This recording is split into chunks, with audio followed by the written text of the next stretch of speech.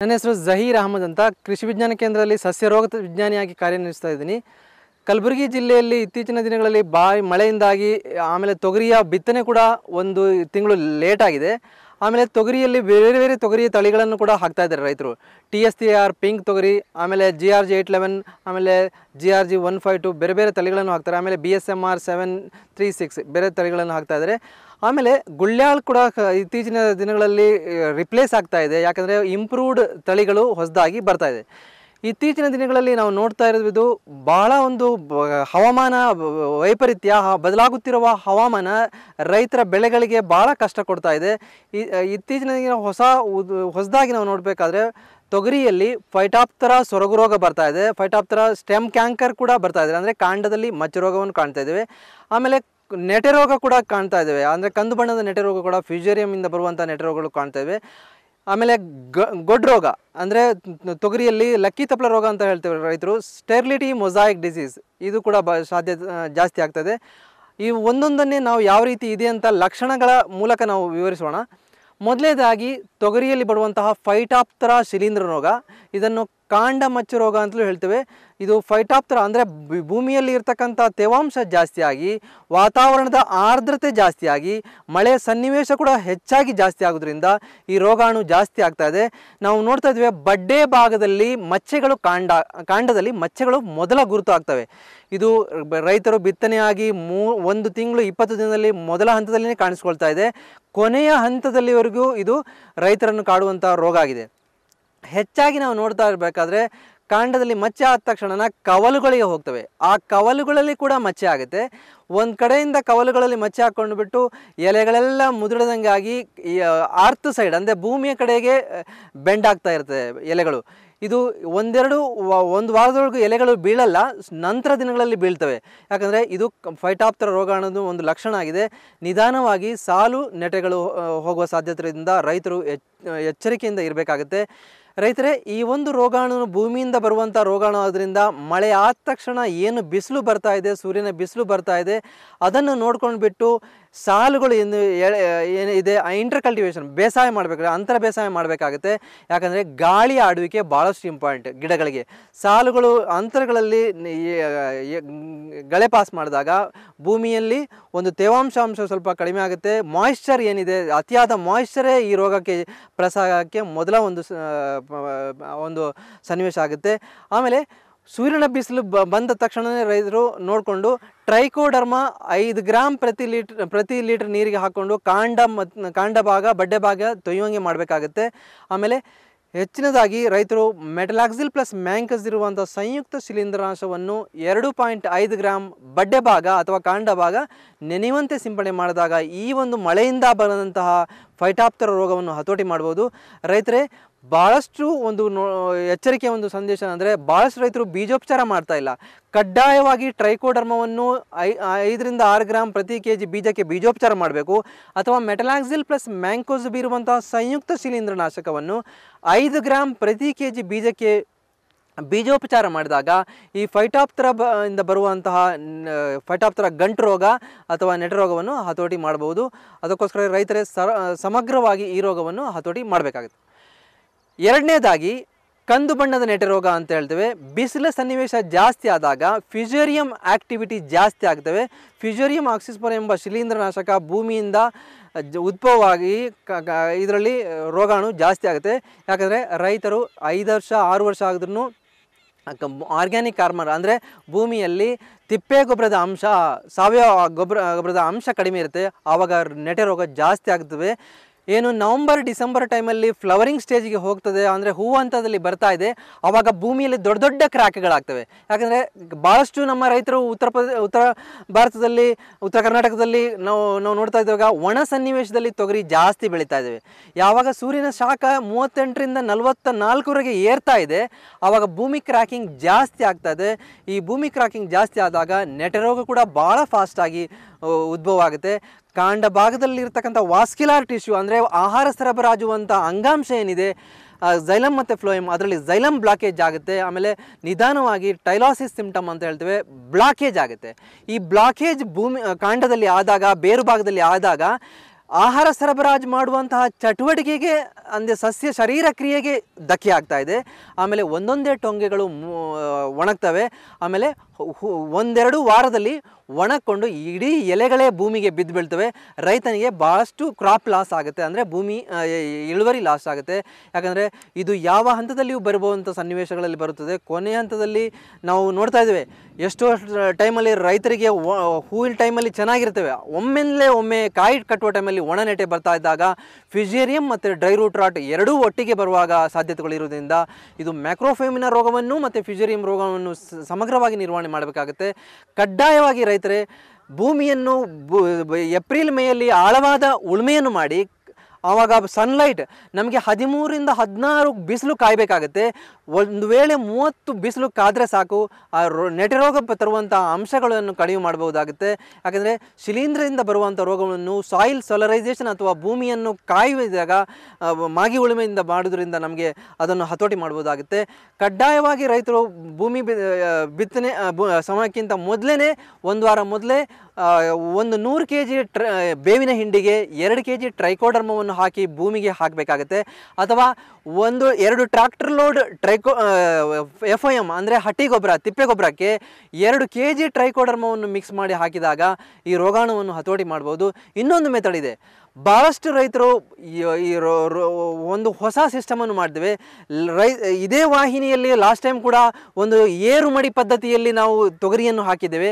ಆ ಏರು ಮಡಿ ಪದ್ಧತಿಯನ್ನು ಬೋದು ಸಾಲುಗಳಲ್ಲಿ ತೊಗರಿಯನ್ನು ನಾಟಿ ಮಾಡಿದಾಗ ಬರುವಂಥ ರೋಗಾಣುಗಳು ಕಡಿಮೆ ಆಗ್ತವೆ. ಏನು ಬೇಸಿಗೆ ಟೈಮಲ್ಲಿ ಇದಕ್ಕೆ ನೀರು ಬೇಕಾಗುತ್ತೆ, ಆ ಟೈಮಲ್ಲಿ ಬೋದು ಕೂಡ ಅದಕ್ಕೆ ತೇವಾಂಶ ಕೊಡ್ತಾ ಇದೆ. ಅತಿ ಹೆಚ್ಚು ನೀರು ಮಳೆ ಬಂದಾಗ ಕೂಡ ಈ ಬೋದುಗಳಲ್ಲಿ ನೀರು ಹೋಗೋದ್ರಿಂದ ಒಂದು ಸಮಗ್ರವಾಗಿ ಈ ರೋಗವನ್ನು ನಿರ್ವಹಣೆ ಮಾಡೋಕ್ಕಾಗುತ್ತೆ. ಆಮೇಲೆ ಕಡ್ಡಾಯವಾಗಿ ರೈತರು ಕಾರ್ಬನ್ಡೈಸಿಮ್ ಪ್ಲಸ್ ಮ್ಯಾಂಕೋಸ್ ಇರುವಂಥ ಸಂಯುಕ್ತ ಶಿಲೀಂಧ್ರನಾಶಕವನ್ನು ರೋಗಾಣು ಲಕ್ಷಣ ಕಂಡು ಮಾಡಿದ ತಕ್ಷಣ ಕಂದು ಚುಕ್ಕೆ ಕಂದ ತಕ್ಷಣವೇ ಅವಕ್ಕೆ ಬಡ್ಡೆ ಭಾಗ ನೆನೆಯುವಂಗೆ ಸಿಂಪಡಣೆ ಮಾಡಬೇಕಾಗುತ್ತೆ.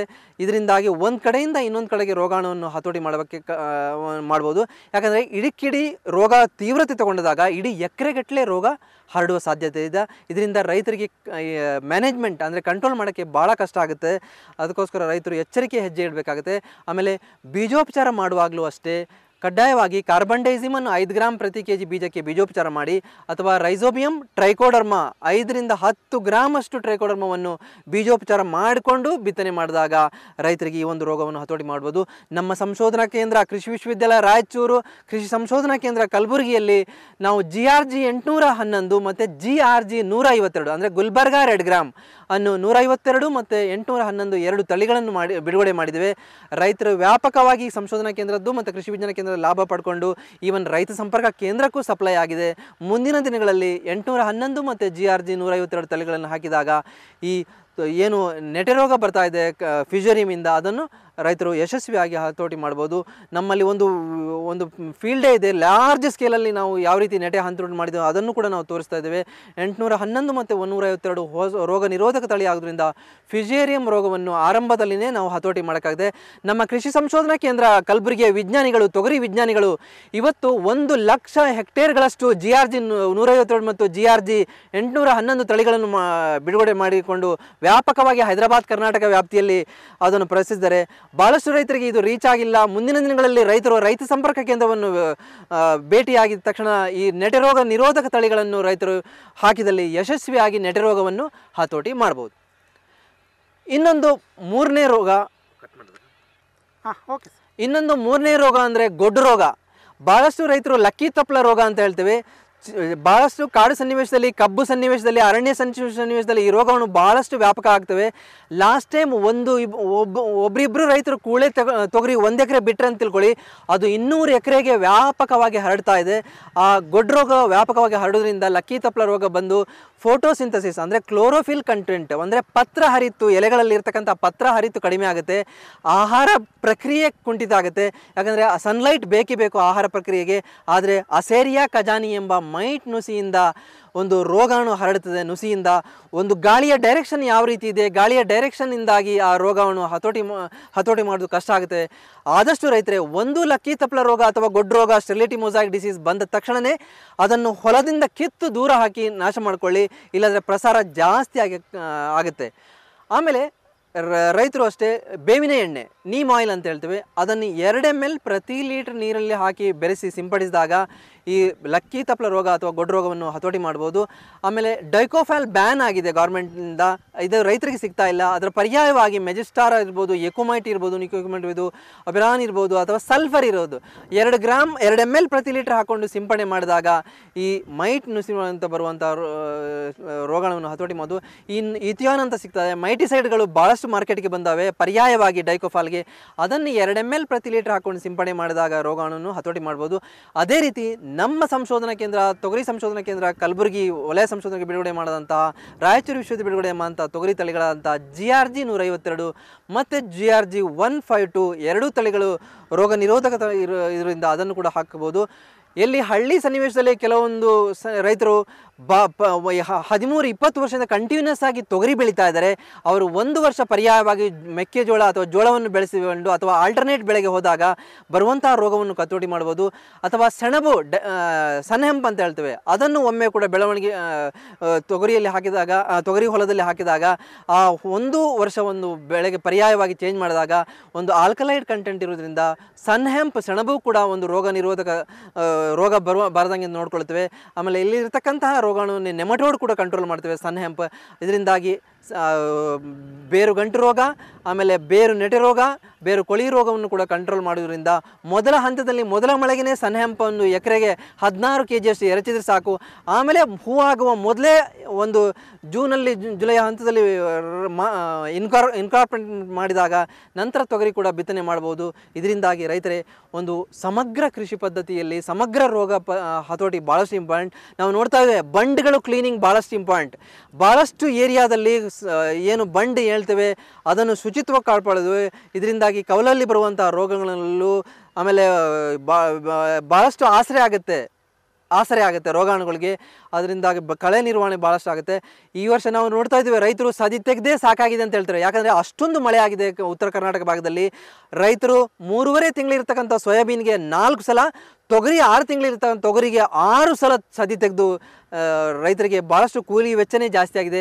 ಅದಕ್ಕೋಸ್ಕರ ರೈತರಿಗೆ ನಿರಂತರ ಮಳೆ ಸನ್ನಿವೇಶ ಕಡಿಮೆ ಆದ ತಕ್ಷಣವೇ ಆರಂಭಿಕ ಹಂತದಲ್ಲಿ 4-5 ಸಲ ಎಡೆಗುಂಟೆ ಪಾಸ್ ಮಾಡ್ತೇವೆ ಅಥವಾ ಅಂತರ್ ಕಲ್ಟಿವೇಷನ್ ಮಾಡಿದಾಗ ಇದು ಕಳೆಯನ್ನು ನಿರ್ವಹಣೆ ಮಾಡ್ಬೋದು. ಆಮೇಲೆ ಬೆಳಗ್ಗೆ ಒಳ್ಳೆಯ ಒಂದು ಉಸಿರಾಡುವ ಕಾರ್ಯಕ್ರಮ ಚಟುವಟಿಕೆ ಆಗುತ್ತವೆ.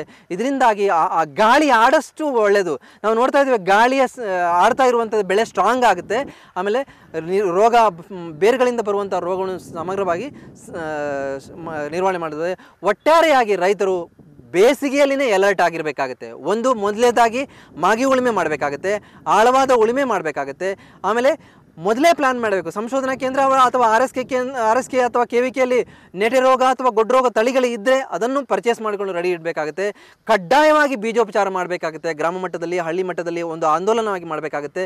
ಆಮೇಲೆ ರೈತರು ಸರ್ಟಿಫೈಡ್ ಸೀಡ್ಸ್ಗಳನ್ನು ಯೂಸ್ ಮಾಡಬೇಕಾಗುತ್ತೆ. ಆಮೇಲೆ ರೋಗ ಕಂಡು ಬಂದ ತಕ್ಷಣವೇ ಅದನ್ನು ನಿರ್ವಹಣೆ ಮಾಡಬೇಕು. ಒಟ್ಟಾರೆಯಾಗಿ ಇವೆಲ್ಲವನ್ನು ನೋಡಿಕೊಂಡು ಹವಾಮಾನದ ಎಲರ್ಟ್ಗಳನ್ನು ನ್ಯೂಸ್ ಪೇಪರ್ಗಳಲ್ಲಿ ಮತ್ತು ನ್ಯೂಸ್ ಚಾನಲ್ಗಳಲ್ಲಿ ಅಥವಾ ವಾಟ್ಸಪ್ ಗ್ರೂಪ್ಗಳಲ್ಲಿ ಎಲರ್ಟ್ ಆಗಿರುವಾಗ ನೋಡಿಕೊಂಡು ಸಿಂಪಡಣೆ ಮಾಡಬೇಕಾಗಿದೆ. ಯಾಕಂದರೆ ಮೊದಲೇ ಥ್ರೆಟ್ ಹವಾಮಾನ ವೈಪರೀತ್ಯ, ಆವಾಗ ಮಾತ್ರ ರೈತರು ಕೃಷಿ ಚಟುವಟಿಕೆಗಳನ್ನು ಹೊಂದಾಣಿಕೆ ಮಾಡೋಕ್ಕಾಗುತ್ತೆ. ಒಟ್ಟಾರೆ ಈ ರೀತಿ ತೊಗರಿಯನ್ನು ಬೆಳೆಯನ್ನು ಬರುವಂಥ ರೋಗವನ್ನು ನಿರ್ವಹಣೆ ಮಾಡಿದರೆ ಸಮಗ್ರವಾಗಿ ಮತ್ತು ಯಶಸ್ವಿಯಾಗಿ ರೈತರು ಒಂದು ಬೆಳೆಯ ರೋಗವನ್ನು ನಿರ್ವಹಣೆ ಮಾಡೋಕ್ಕೆ ಸಾರ್ಥಕ ಆಗುತ್ತೆ. ನಾವು ನೋಡ್ತಾ ಇರುವಂಥ ಗುಳ್ಯಾಳ್ ತಳಿ ಇರ್ಬೋದು, ಹಳೆ ತಳಿಗಳು ವ್ಯಾಪಕವಾಗಿ ರೋಗ ಆಗ್ತಾ ಇದೆ. ಇದು ಹಳೆ ತಳಿ ಇರುವುದರಿಂದ ಅದರಲ್ಲಿ ಜಾಸ್ತಿ ಆಗ್ತವೆ. ಆಮೇಲೆ GRG 811 ಮತ್ತು GRG 152 ರೋಗ ನಿರೋಧಕ ತಳಿಗಳು ಆಗೋದ್ರಿಂದ ರೈತರು ಈ ರೋಗ ನಿರೋಧಕ ತಳಿಗಳನ್ನು ವ್ಯಾಪಕವಾಗಿ ಯೂಸ್ ಮಾಡಿದರೆ ರೋಗದ ಪೀಡಿತ ಪ್ರದೇಶಗಳ ಈ ರೋಗಾಣುಗಳು ಕೂಡ ಕಡಿಮೆ ಮಾಡ್ಬೋದು. ಈ ಬದುಗಳಲ್ಲಿ ನಾವು ಕಳೆ ನಿರ್ವಹಣೆ ಭಾಳಷ್ಟು ಇಂಪಾರ್ಟೆಂಟ್. ಬದುಗಳೊಂದು ಆಸರೆಯಾಗಿ ನಿಲ್ತವೆ, ಕೀಟಗಳಿಗೆ ರೋಗಗಳಿಗೆ ಒಂದು ಆಸರೆ ಆಗ್ತವೆ. ಅದಕ್ಕೋಸ್ಕರ ಬೂದಿ ನಿರ್ವಹಣೆ ಇರ್ಬೋದು ಅಥವಾ ಮೈಟ್ ನುಸಿ ಇರ್ಬೋದು, ಪಾರ್ಥೇನಿಯಂ ಇರುವಂಥ ಬೇರೆ ಬೇರೆ ಕಳೆಗಳನ್ನು ನಿರ್ವಹಣೆ ಮಾಡಬೇಕಾಗುತ್ತೆ. ಇದರಿಂದಾಗಿ ಪಕ್ಕದಲ್ಲಿರ್ತಕ್ಕಂಥ ಬೆಳೆಗಳಿಗೆ ರೋಗ ಬರುವ ಸಾಧ್ಯತೆಯಿಂದ ಬದುಗಳ ನಿರ್ವಹಣೆ ಕೂಡ ವೈರಸ್ ನಿರ್ವಹಣೆಗೆ ಭಾಳಷ್ಟು ಇಂಪಾರ್ಟೆಂಟ್. ಅದನ್ನು ನಾವು ವೆಕ್ಟರ್ ಮ್ಯಾನೇಜ್ಮೆಂಟ್ ಹೇಳ್ತೇವೆ, ರೋಗ ವಾಹಕಗಳಾಗಿ ಕೆಲಸ ಮಾಡ್ತೇವೆ. ಅದಕ್ಕೋಸ್ಕರ ಬರುಗಳಲ್ಲಿ ಇರುವಂತೆ ಮೈಟ್ ನುಸಿಯನ್ನು ಅಥವಾ ಹಾಪ್ಪರ್ಗಳನ್ನು ನಾವು ಕಡ್ಡಾಯವಾಗಿ ಶುಚಿತ್ವಕ್ಕೆ ಮೊದಲನೇ ಆದ್ಯತೆಯನ್ನು ನೀಡಬೇಕಾಗುತ್ತೆ. ಇದು ಫೈಟಾಪ್ತರಾ ಮಚ್ಚೆ ರೋಗ. ವಾತಾವರಣದ ಆರ್ದ್ರತೆ ಜಾಸ್ತಿ ಆದಾಗ ಈ ವರ್ಷ ಮಳೆ ಜಾಸ್ತಿ ಆಗೋದ್ರಿಂದ ಇದರ ಚಿಹ್ನೆಗಳನ್ನು ಕಾಂಡದಲ್ಲಿ ನೋಡ್ತಾ ಇದ್ದೇವೆ. ಇದು ಕಾಂಡದಲ್ಲಿ ಮಚ್ಚೆ ಹಾಕ್ಕೊಂಡ್ಬಿಟ್ಟು ಅಲ್ಲಿನೇ ಒಂದು ಗಂಟು ತಿರುಗು ಕಣ್ಣು ಟೈಪ್ ಬರ್ತವೆ. ಇದರಿಂದ ತಿರುಚು ಕಾಂಡ ಆಗಿಬಿಟ್ಟು ಭೂಮಿಯಲ್ಲಿಯೇ ಈ ತೊಗರಿ ಬೆಂಡಾಗ್ತಾ ಇದೆ. ಈ ಕವಲುಗಳ ಮೂಲಕ ಹರಡ್ಕೊಂಡು ಚಿಹ್ನೆಯಲ್ಲಿ ಮೇಲೆಯಲ್ಲಿ ಹತ್ಕೊಂಡು ಬರ್ತವೆ. ಇದು ಎಲೆಗಳಲ್ಲೇ ನೀರು ಹತ್ಕೊಂಡು ಗಿಡಗಳು ಒಣಗುವ ಸಾಧ್ಯತೆ ಇದೆ. ಅದಕ್ಕೋಸ್ಕರ ರೈತರೇ ಕಾಂಡ ಮಚ್ಚೆ ರೋಗ ಬಂದ ತಕ್ಷಣವೇ ಈ ರೋಗದ ನಿರ್ವಹಣೆಗಳನ್ನು ಮಾಡಬೇಕಾಗುತ್ತೆ. ಸಿಂಪಡಣೆ ಮಾಡುವಾಗ ಬಡ್ಡೆ ಭಾಗ ನೆನೆಯುವಂಗೆ ಸಿಂಪಡಣೆ ಮಾಡಬೇಕಾಗುತ್ತೆ. ಸೊ ಯಾವುದೇ ಒಂದು ನೆಟೆ ರೋಗ ಬಂದಾಗ ಮೇಲೆ ಸಿಂಪಡಣೆ ಮಾಡಿದರೆ ರೋಗ ಹತೋಟಿ ಆಗಲ್ಲ. ಬಡ್ಡೆ ಭಾಗ ಅಂದರೆ ಕಾಂಡ ಭಾಗ ಒಂದು ತೊಯ್ಯುವಂಗೆ ಮಾಡಿದರೆ ಮಾತ್ರ ರೋಗಾಣುವನ್ನು ಹತೋಟಿ ಮಾಡ್ಬೋದು. ಟ್ರೈಕೋಡರ್ಮಾ 5 ಗ್ರಾಮ್ ಪ್ರತಿ ಲೀಟರ್ ಹಾಕೊಂಡು ಸಿಂಪಡಣೆ ಮಾಡಿದಾಗ ಇದನ್ನು ಹತೋಟಿ ಮಾಡ್ಬೋದು. Okay sir. ಇದೊಂದು ಫ್ಯುಸೇರಿಯಂ ನೆಟೆ ರೋಗ. ಖಡಕ್ ಬಿಸಿಲು ಅಂದರೆ ಭೂಮಿಯಲ್ಲಿ ಬಿಸಿಲಿನ ಸನ್ನಿವೇಶ ಜಾಸ್ತಿ ಆದಾಗ ಇಲ್ಲೆಲ್ಲ ನೋಡ್ಬೋದು ಬೇರೆಲ್ಲ ಕಪ್ಪಾಗಿಬಿಡ್ತವೆ, ಇಲ್ಲೆಲ್ಲವೂ ರೋಗಾಣು ಹತ್ಕೊಂಡಿರ್ತವೆ. ಆಮೇಲೆ ಕಾಂಡ ಟ್ಯೂಬ್ಲೆಟ್ ಟೈಪ್ ಸ್ಟ್ರಕ್ಚರ್ ಕಾಣ್ತವೆ, ಚಾಕ್ಲೇಟ್ ಕಲರ್ ಸ್ಟ್ರಕ್ಚರ್ ಕಾಣ್ತಾ ಇದ್ದಾವೆ, ರೆಂಬೆಗಳೆಲ್ಲ ಎಲೆಗಳೆಲ್ಲ ಉದುರ್ಕೊಂಡು ಬಿಟ್ಟಿದ್ದಾವೆ. ಆಮೇಲೆ ಈ ಎಲೆಗಳು ಕಡಿಮೆ ಆಗಿಬಿಟ್ಟು ನಾವು ಕಟ್ ಮಾಡಿ ನೋಡಿದಾಗ ಇಲ್ಲಿ ಒಂದು ರೋಗಾಣು ಮನೆ ವಾಸ ಮಾಡ್ತವೆ. ಇದರಿಂದಾಗಿ ಒಂದು ವಾಸ್ಕ್ಯುಲಾರ್ ಡಿಸ್ಕಲರೇಷನ್ ಅಂದರೆ ಅಂಗಾಂಶ ಒಂದು ವ್ಯತ್ಯಯ ಆಗಿ ಆಹಾರ ಸರಬರಾಜು ಮಾಡುವ ಪ್ರಕ್ರಿಯೆಗೆ ಎಫೆಕ್ಟ್ ಆಗ್ತಾ ಇದೆ. ಅದಕ್ಕೋಸ್ಕರ ರೈತರೇ ಬೀಜೋಪಚಾರ ಮಹತ್ವವಾಗಿದೆ. ಬೀಜೋಪಚಾರ ಮಾಡಿಕೊಂಡೇ ಬಿತ್ತನೆ ಮಾಡಬೇಕಾಗುತ್ತೆ. ಕಾರ್ಬನ್ಡೈಸಿಮ್ ಪ್ಲಸ್ ಮ್ಯಾಂಕೋಸ್ಪಿರಿನ್ ಸಂಯುಕ್ತ ಶಿಲೀಂಧ್ರನಾಶಕ ಅಥವಾ ಟ್ರೈಕೋಡರ್ಮವನ್ನು 5 ಗ್ರಾಮ್ ಪ್ರತಿ kg ಬೀಜಕ್ಕೆ ಬೀಜೋಪಚಾರ ಮಾಡಿದರೆ ಮಾತ್ರ ನಮಗೆ ರೋಗಾಣುವನ್ನು ಹತೋಟಿ ಮಾಡ್ಬೋದು. Okay sir. ನಮಗೆ ಗೊಡ್ಡು ರೋಗ ಅಥವಾ ಲಕ್ಕಿ ತಪ್ಲ ಸ್ಟೆರಿಲಿಟಿ ಮೊಸಾಯಿಕ್ ಡಿಸೀಸ್ ಅಂತ ಹೇಳ್ತೇವೆ. ಇಲ್ಲಿ ಕ್ಲೋರೋಫಿಲ್ ಕಂಟೆಂಟ್ಗಳೆಲ್ಲ ನಾಶ ಆಗ್ತವೆ, ಪತ್ರ ಹರಿತ್ತು ಅಂಶ ಕಡಿಮೆ ಆಗ್ತವೆ. ಇದು ವೈರಸ್ ಡಿಸೀಸ್ ಆದ್ದರಿಂದ ಇದನ್ನು ಅಸೇರಿಯಾ ಕಜಾನಿ ಎಂಬ ಮೈಟ್ ನುಸಿ ರೋಗಾಣು 1ರಿಂದ 1 ತಗೊಂಡು ಬರ್ತವೆ. ಇದರಿಂದಾಗಿ ಎಲ್ಲವೂ ಹಳದಿ ಬಣ್ಣ ಹಾಕ್ಕೊಂಡ್ಬಿಟ್ಟು ಹೂ ಮತ್ತು ಕಾಯಿಗಳ ರಚನೆಗೆ ಧಕ್ಕೆ ಆಗ್ತವೆ. ಸೊ ಮೊದಲ ಆರಂಭದ ಹಂತದಲ್ಲಿನೇ 1-2 ಗೊಡ್ಡುಗಳ ಕಂಡು ಬಂದರೆ ಅದನ್ನು ದೂರ ಎಸಬೇಕಾಗುತ್ತೆ. ಯಾವುದೇ ಒಂದು ಹಳೆ ತಳಿಗಳನ್ನು ನಾವು ಹಾಕಬಾರ್ದು. ಏನು ಕೃಷಿ ಸಂಶೋಧನಾ ಕೇಂದ್ರ ಕಲಬುರಗಿಯ ಕೃಷಿ ವಿಶ್ವವಿದ್ಯಾಲಯ ರಾಯಚೂರು ಅಭಿವೃದ್ಧಿಪಡಿಸಿದಂತಹ ಏನು ತೊಗರಿ ತಳಿಗಳಿದೆ, GRG 152 ಇರ್ಬೋದು, GRG 811, ಇದು ಕೂಡ ಗೊಡ್ಡು ರೋಗ ನಿರೋಧಕ ತಳಿ ಆಗೋದ್ರಿಂದ ಅದನ್ನು ರೈತರು ಹಾಕಿದೆ. ಈ ಗೊಡ್ಡು ರೋಗವನ್ನು ನಾವು ಹತೋಟಿ ಮಾಡ್ಬೋದು. ಮೊದಲು ಕಂಡ ತಕ್ಷಣವೇ ಇದನ್ನು ದೂರಕ್ಕೆ ಎಸಿಬೇಕಾಗುತ್ತೆ. ಆಮೇಲೆ ಬೇವಿನ ಎಣ್ಣೆ 2 ml ಪ್ರತಿ ಲೀಟರ್ ಹಾಕೊಂಡ್ಬಿಟ್ಟು ಸಿಂಪಡಣೆ ಮಾಡಬೇಕು. ಅಥವಾ ಯಾವುದೇ ಒಂದು ಮೈಟಿಸೈಡ್ ನುಸಿನಾಶಕವನ್ನು 2 ml ಪ್ರತಿ ಲೀಟರ್ ಹಾಕೊಂಡ್ಬಿಟ್ಟು ಸಿಂಪಡಣೆ ಮಾಡಿದಾಗ ನುಸಿಯಿಂದ ಬರುವಂಥ ವೈರಸ್ ರೋಗವನ್ನು ಹತೋಟಿ ಮಾಡ್ಬೋದು. ಇಲ್ಲಿ ನಾವು ತೊಗರಿಯಲ್ಲಿ ಬರುವಂಥ ನೆಟೆ ರೋಗದಲ್ಲಿ ನಾವು ನೋಡ್ಬೋದು ಬೊಡ್ಡೆಯಲ್ಲೆಲ್ಲ ಕಪ್ಪಾಗ್ತಾ ಇರ್ತದೆ. ಆಮೇಲೆ ಫ್ಯುಸೇರಿಯಂ ರೋಗಾಣು ಜಾಸ್ತಿ ಹಾಕ್ಕೊಂಡ್ಬಿಟ್ಟು ಎಲೆ ಎಲ್ಲವೂ ಒಣಗ್ಕೊಂಡಾಗ್ತವೆ, ಈ ರೀತಿ ಬರ್ತವೆ. ಆಮೇಲೆ ಮುರಿದು ನೋಡಿದರೆ ಇಲ್ಲಿ ವಾಸ್ಕ್ಯುಲಾರ್ ಟಿಶ್ಯೂ ಅಥವಾ ಅಂಗಾಂಶ ಸರಬರಾಜು ಮಾಡೋದೆಲ್ಲವೂ ಕಪ್ಪಾಗಿರ್ತವೆ. ಸೊ ಇದರಿಂದಾಗಿ ಆಹಾರ ಸರಬರಾಜು ಪ್ರಕ್ರಿಯೆ ಏನು ಡಲ್ ಆಗುತ್ತೆ, ಎಲೆಗಳು ಕೂಡ ಉದುರೋಕ್ಕೆ ಸ್ಟಾರ್ಟ್ ಆಗ್ತವೆ.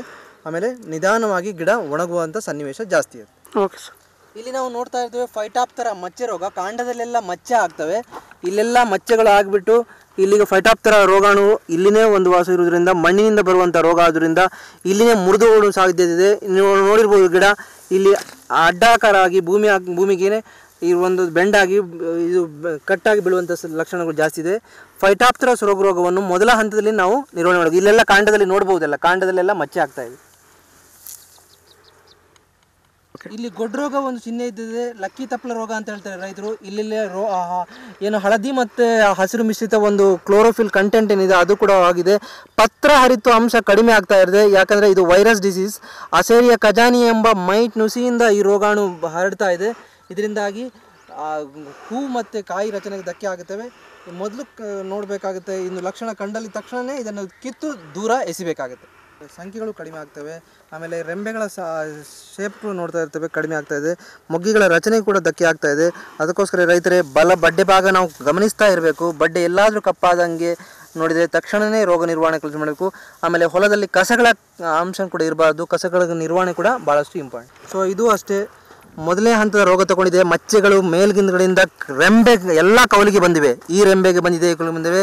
ಸೊ ಫೈಟಾಪ್ತರಾ ಶಿಲೀಂಧ್ರದ ಒಂದು ರೋಗಾಣು, ಯಾಕಂದರೆ ಈ ವರ್ಷ ಗುಲ್ಬರ್ಗ ಮತ್ತು ಉತ್ತರ ಕರ್ನಾಟಕ ಭಾಗದಲ್ಲಿ ಮಳೆ ಜಾಸ್ತಿ ಆಗಿದೆ.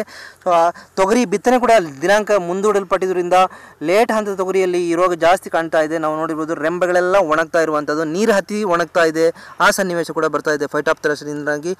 ಇದು ಫೈಟಾಪ್ತರಾ ಸ್ಟೆಮ್ ಕ್ಯಾಂಕರ್ ಅಂತ ಹೇಳ್ತೇವೆ.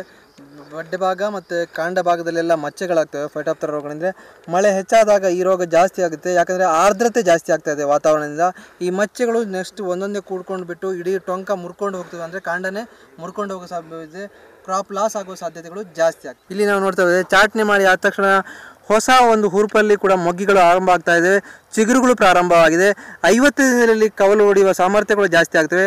50ರಿಂದ 55 ದಿನದಲ್ಲಿ ಕುಡಿ ಕಟ್ ಮಾಡಿದಾಗ ಒಂದು 10ರಿಂದ 11% ಜಾಸ್ತಿ ಇಳುವರಿಯನ್ನು ಪಡಿಬೋದು.